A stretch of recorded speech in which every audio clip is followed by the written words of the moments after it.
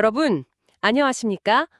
여디디아와 함께하는 하늘 은하수 라디오에 오신 모든 분들을 진심으로 환영합니다. 오늘은 창조라는 주제로 이야기를 나누어 보겠습니다. 여디디아님, 오늘은 태초의 세상, 그리고 첫 인류의 모습, 또 그 속에 담긴 의미들, 이런 것들을 좀 함께 알아볼 텐데요. 먼저, 하나님께서 처음 세상을 만드셨을 때요. 그 모습, 지금 우리가 보는 세상과는 어떻게 달랐을지 정말 궁금해요. 네, 그 창조 당시 지구는요, 정말 완벽하게 아름다웠다고 할 수 있어요. 지금처럼 막 험진한 산맥이라든지 아니면 뭐 사막, 늪 이런 건 전혀 없었죠. 아, 정말요? 네, 대신에 그 완만한 언덕 또 비옥한 평원이 쫙 펼쳐져 있었고요. 강이나 호수도 아주 그냥 수정처럼 맑았다고 해요. 정말 그림 같은 모습이었죠. 와, 상상만 해도 좋네요. 공기마저도요, 너무 맑고 상쾌해서 숨 쉬는 것 자체가 그냥 기쁨이었을 거예요. 온갖 향기로운 꽃들하고 또 지금 우리가 보기 힘든 그런 아주 장엄하고 웅장한 나무들이 가득했었고요. 네네. 그 모습이 얼마나 아름다웠으면 그 천사들조차 감탄하면서 기뻐 노래했다고 하더라고요. 그러니까 창세기 1장 31절에 보시기에 심히 좋았더라 하신 그 말씀이 딱 맞는 거죠. 이야, 정말 듣기만 해도 막 평화로운 풍경이 그려지는 것 같아요. 그럼 그 완벽한 세상에 처음 등장한 인간, 그러니까 아담과 하와는 어떤 모습이었을까요? 우리가 흔히 생각하는 그런 원시인 같은 모습과는 좀 많이 달랐을 것 같은데요. 아, 네, 맞아요. 흔히 생각하는 것과는 완전히 다르죠. 인간은 뭐 다른 생명체에서 이렇게 서서히 진화한 존재가 아니고요. 처음부터 하나님의 형상, 그걸 따라서 특별하게 창조되었어요. 하나님의 형상이요? 네, 단순히 외모뿐만이 아니라 생각하고 느끼는 그런 품성에 있어서도 하나님과 조화를 이루는 그런 존재였다는 거죠.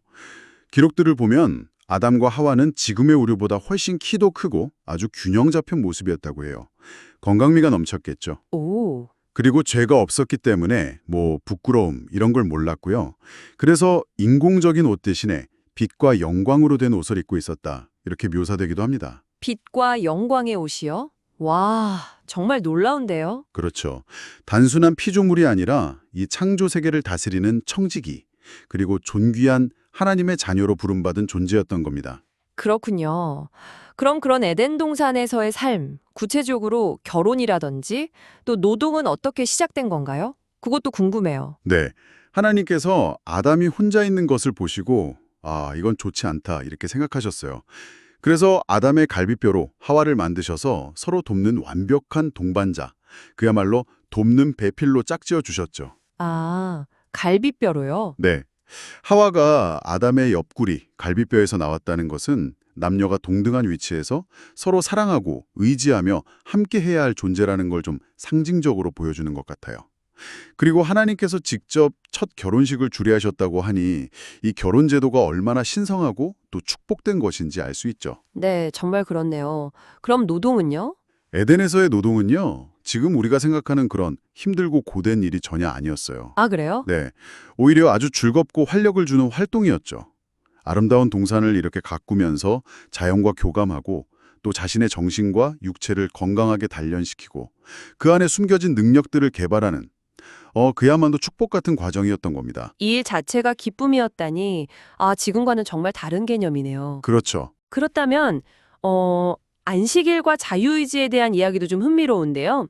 안식일은 왜 필요했고, 또 완벽하게 창조된 인간에게 왜 선악과라는 그런 시험이 주어졌을까요? 네, 그것도 중요한 부분이죠. 하나님께서는 엿새 동안 창조를 다 마치시고 일곱째 날이 쉬셨어요. 그리고 그날을 복주시고 거룩하게 하셨죠. 이 안식일은 단순히 창조를 기념하는 날을 넘어서요. 창조주 하나님의 그 놀라운 지혜와 사랑을 깊이 생각하고 감사하는 시간으로 모든 인류에게 주어진 선물이에요. 아, 선물이군요. 네. 그냥 쉬는 날이 아니라 하나님과 특별한 교제를 나누는 그런 축복의 시간인 거죠. 그리고 자유의지. 인간은 미리 다 정해진 대로만 움직이는 로봇 같은 존재가 아니잖아요. 네. 스스로 생각하고 선택할 수 있는 그런 자유의지를 가진 도덕적인 존재로 창조되었어요.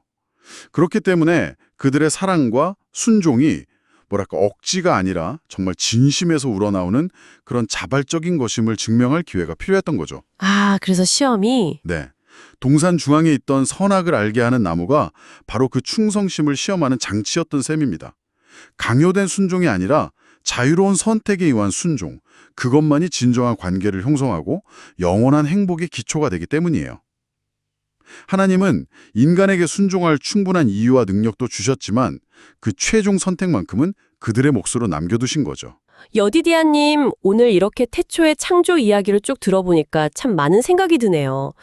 이 이야기들을 통해서 오늘날 우리가 삶에서 붙잡고 또 적용할 수 있는 교훈은 무엇이 있을까요? 네, 정말 중요한 질문인데요. 못가기로 좀 정리해 볼 수 있을 것 같아요. 첫째는 우리 각자가 하나님의 그 놀라운 사랑과 지혜로 지음받은 정말 존귀한 존재라는 사실입니다. 우리의 가치는 세상 기준이 아니에요. 하나님의 형상대로 창조되었다는 것 거기에 있죠. 네, 맞아요. 둘째는 가정과 결혼의 신성함이에요. 하나님께서 직접 만드신 제도인 만큼 서로 아끼고 사랑하면서 잘 세워가는 것이 정말 중요하겠죠. 네. 셋째는 일의 본질적인 가치. 지금은 일이 힘들게 느껴질 때도 많지만 사실 일은 본래 우리에게 주어진 축복이고 또 자신을 발전시키는 기회라는 것을 기억하면 좋겠습니다. 그렇군요. 일이 축복이다. 네. 그리고 넷째는 쉼의 중요성. 특히 안식일을 통해서 하나님 안에서 참된 평안과 회복을 누리는 것. 그 가치가 정말 크죠. 마지막으로는 우리에게 주어진 이 선택의 자유, 그리고 그에 따르는 책임의 무게를 깨닫는 것입니다. 비록 첫사람의 선택이 실패로 돌아가긴 했지만 하나님께서 본래 의도하셨던 우리의 가치, 또 관계의 소중함, 일의 보람, 쉼의 필요성, 이런 것들은 여전히 우리 삶에서 아주 중요한 부분들이에요. 오늘 이 태초의 설계를 다시 한번 마음에 새기면서 여러분 자신과 또 주변 사람들과의 관계, 그리고 여러분의 일과 쉼을 어떻게 하면 좀 더 의미 있게 갖고 와갈 수 있을지 잠시 묵상해 보시면 참 좋겠습니다. 여러분, 오늘의 하늘은하수 라디오 어떠셨나요? 매일매일 저녁 9시에 더 다양하고 흥미로운 주제로 여러분들을 찾아오도록 하겠습니다. 구독과 좋아요, 알림 설정은 저에게 큰 힘이 됩니다. 내일 다시 만나요. 안녕!